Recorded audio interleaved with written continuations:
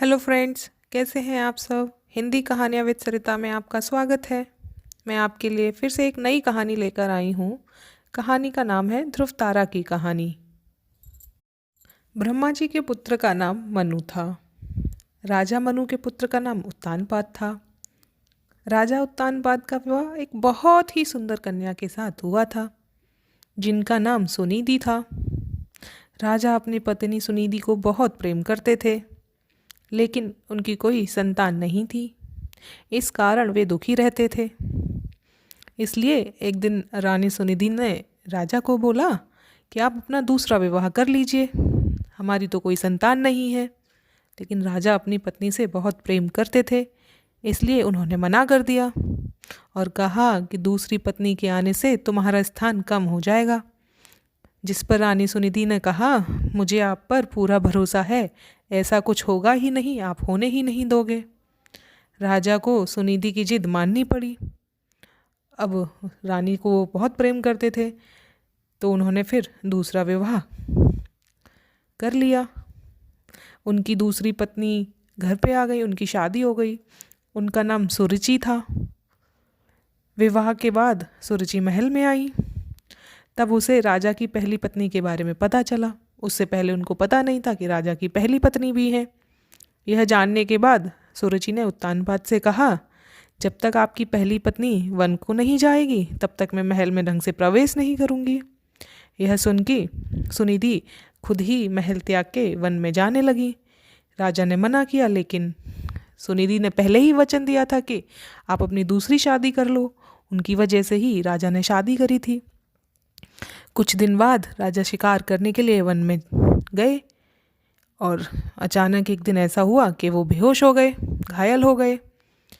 यह बात जब सुनिधि को पता चली तो वो राजा को अपनी कुटिया में लाकर उनका उपचार करने लगी। राजा कई दिनों तक अपनी पहली पत्नी के साथ वन में रहे, जब तक वो पूरी तरह से ठीक नहीं हो गए। उसी दौरान रानी सुनिधि को गर्भधारण हो गया। उन्हें पुत्र रत्न की प्राप्ति हुई, जिसका नाम उन्होंने ध्रुव रखा। राजा तो अपने महल जा चुके थे, उनको पता ही नहीं था कि मुझे पुत्र हुआ है। बिल्कुल भी कोई जानकारी ही नहीं थी उनको। कुछ दिनों बाद राजा तो अपने महल में चले गए थे। वहाँ भी रानी सुरुचि जो उनकी दूसरी पत्नी थी, उनको भी पुत्र रत्न की प्राप्ति हुई, उनको भी बेटा हुआ। उसका नाम उत्तम रखा। और जो रानी सुनिधि थी, उनके बेटे का नाम ध्रुव रखा गया और दूसरी का नाम उत्तम रखा गया। कुछ दिनों बाद राजा उत्तानपाद को ध्रुव के बारे में पता चलता है। वो रानी सुनिधि को महल में आने के लिए बोलते हैं, लेकिन वो नहीं आती हैं। ध्रुव को भी कभी कभी महल भेज दिया करती थी। यह देखकर रानी सुरुचि को ध्रुव से घृणा होने लगी कि ये आ जाता है तो उनको अच्छा नहीं लगता। एक दिन ध्रुव अपने पिता उत्तानपाद की गोदी में बैठा था।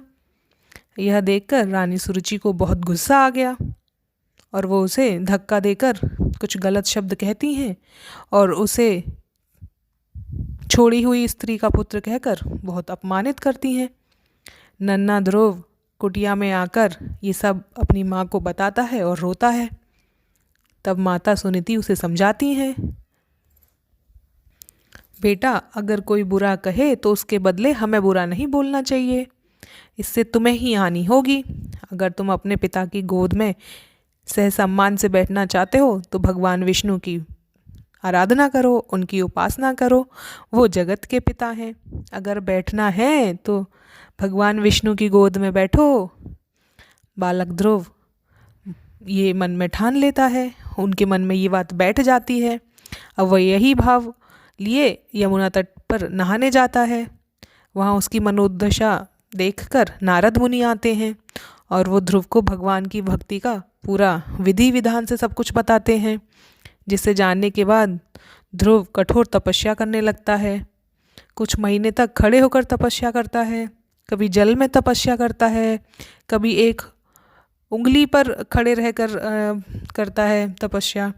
ओम नमो भगवते वासुदेवाय, ओम नमो भगवते वासुदेवाय, यही पूरा जाप करता है। यह आवाज़ पूरे ब्रह्मांड में गूंजने लगी। नन्हे से बालक की इस घोर तपस्या को देख भगवान उसे दर्शन देते हैं।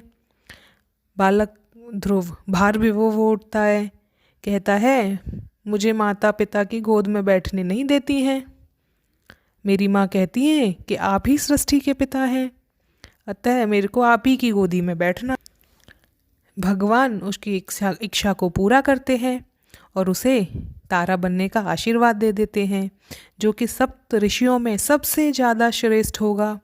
उस दिन से आज तक आसमान में उत्तर दिशा की ओर ध्रुव तारा चमक रहा है। ये थी बालक ध्रुव की कहानी जो ध्रुव तारा बना। आपको मेरी कहानी कैसी लगी? आप मुझे कमेंट करके ज़रूर बताइए। Thank you.